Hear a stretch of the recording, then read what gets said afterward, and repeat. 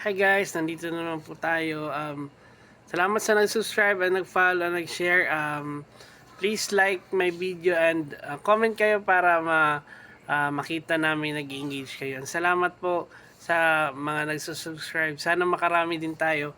And kayo, kumusta New Year's nyo? Happy New Year sa lahat. Lahat naghahanda na ba? Ano ang gagawin nyo sa New Year ngayon, and what's your New Year's resolution? Yun ang bedtime story natin ngayon. Bedtime Story by Kuya Marky. Kwento mo, share mo, life at work.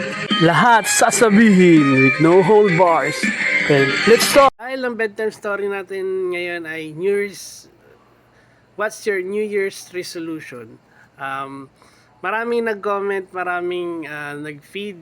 Ang gusto nila yumaman, magkapera, good health, tapos mag-pray lang, magsimba, and mawala ang problema nila, and mabago yung buhay nila at hindi katulad nung dati. Tapos more challenging year and more blessings and more income, lahat-lahat sa lahat ng bago ngayong taon. Ikaw, anong New Year's resolution nyo? Comment nyo na lang para lahat makiisa and magbigay ng opinion. Salamat po. Ingat kayo guys. Pa-pray naman kasi anak ko nasa hospital. Thank you po.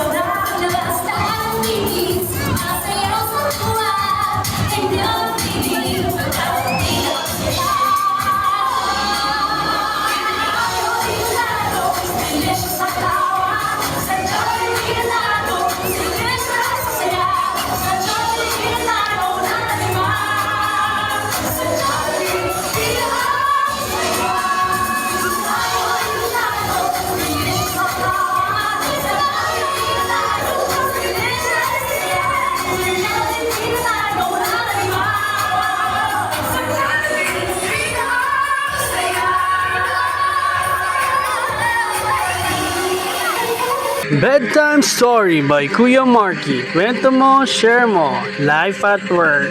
Lahat sasabihin with no hold bars. Okay, let's start.